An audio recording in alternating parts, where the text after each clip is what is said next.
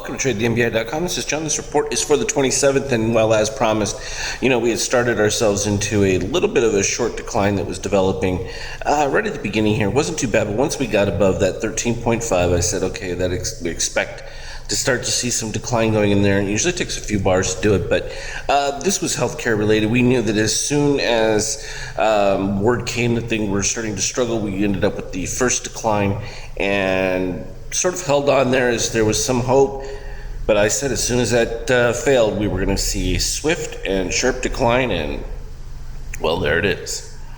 Swift and sharp. And of course, there's always reasons for why these positive extremes get filled, but ultimately, it's the money fading back out to equalize. They've taken their gains and going to reset. And that's just the way it works. But this one was a pretty simple call. I warned that as soon as it didn't pass, once they tabled it at the end of the debate, I posted it on our Skype chat, and that was pretty simple that what was going to happen from there. So it puts a lot of things in doubt as far as economic growth.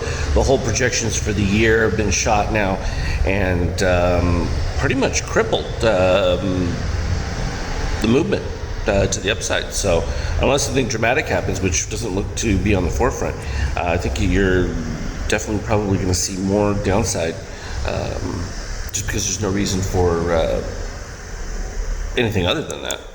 That's plain and simple. That also caused a huge spike in the euro because obviously now the U.S. has completely weakened its position. Doesn't look like there'll be tax cuts either. So the whole agenda thrown into chaos. That is probably going to be bullish for bonds as well. More safe haven, typical. Not going to affect oil very much here because the glut is just ridiculously huge. Also, could have some impact on gold. Probably not as much. Still be some flight to safety in that. But this throws away some of those projections for runaway inflation, yada yada, whatever other narrative you're looking for. But plain and simple, we started with the short towards the end of Friday there, and then boom. Didn't take long for, and people always say to me, well, why didn't it collapse immediately upon the news? Well, because what they do is they try to elevate price because there's early shorts. They get them to cover and they sell into them, and it gives them extra liquidity going into that. But it was a pretty straightforward call that this thing was going to tank and probably going to continue to do so. We're going to see some pops, of course, in between it as some shorts cover along the way down. But I think the overall tenor of the entire market has changed from Friday, literally that significant. Some people will say to me, well, why you put such significance on it? Well, because number one, those Obamacare taxes that were in there, huge amount of money that isn't going to be available in savings that you're not going to be cutting taxes from. It also proves that they don't have control over their caucuses, and so they're unlikely to get both chambers to agree on anything. So it really cripples what their plans are. Moving on to some of the adjustments. This happens to be a 50K chart. What it shows is the adjustment I've made on the fib level retrace that follows the scale. So if we put up the values here, they will scale to whatever chart.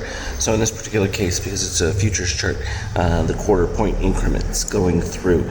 Now with some of the adjustments that I've made on this, we're now going to see this get adapted in with the ABM for additional, because normally when you have the ABM, you're going to have much tighter range, but what it will do is it will follow in line with several of these steps, and that should create a very exciting adaptation. I'm in the process of making some of those adjustments, but I'll probably send out the adjustment for this Fibonacci retrace level. And it's an interesting one. Let me just go ahead and give you a view. If we just right click it, we can go to format. And if we go to the input section of it, you can adjust the number of bars at which point it seeks out the high-low relationship, which gives it complete flexibility. And then also I've increased the width of like the 50% and the 100% lines just to give easier reference. But you can also increase the line width of those by just adding any number up to 99, which would make huge lines. And then each of them is turned on or off line-wise. They're the different ones, and any value other than 1 will turn them off. That's simple. Same with the text. So if you don't want to see the text on the end, which instead of being right up against there, produces a little further out, but I can show you how that works, because we can just go through here and put a 0 in at several key spots. We'll leave the 0 line on there, and you just push OK, and they disappear. So they vanish. And the same thing can happen with the lines. If it's too busy for you, you only want certain key ones, you can go back there and say, okay, no, I don't want the 76 or 61. Just go in there and do that, and boom, those lines will disappear. So, I mean, it just gives reference points, and then too, also adjusting the number of bars that it's looking for those range. Complete flexibility, and this gives, defined adjustment, particularly if you've got a specific spot where you've seen a low and a new high. You can adjust it to that far back, and it will give you the exact Fibonacci for those at a quick glance.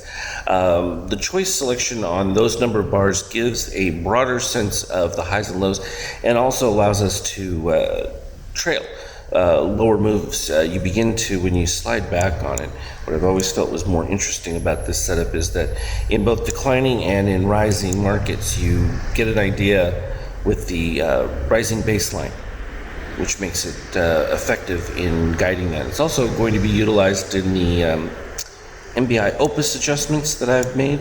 So very exciting stuff.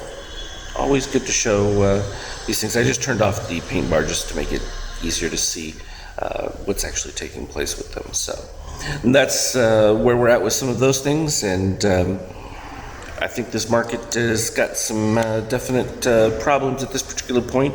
So we'll see how the administration handles it. If they're able to turn it around relatively soon, I don't know what they're going to do that's going to cause that, because there isn't anything on the legislative agenda that's going to change.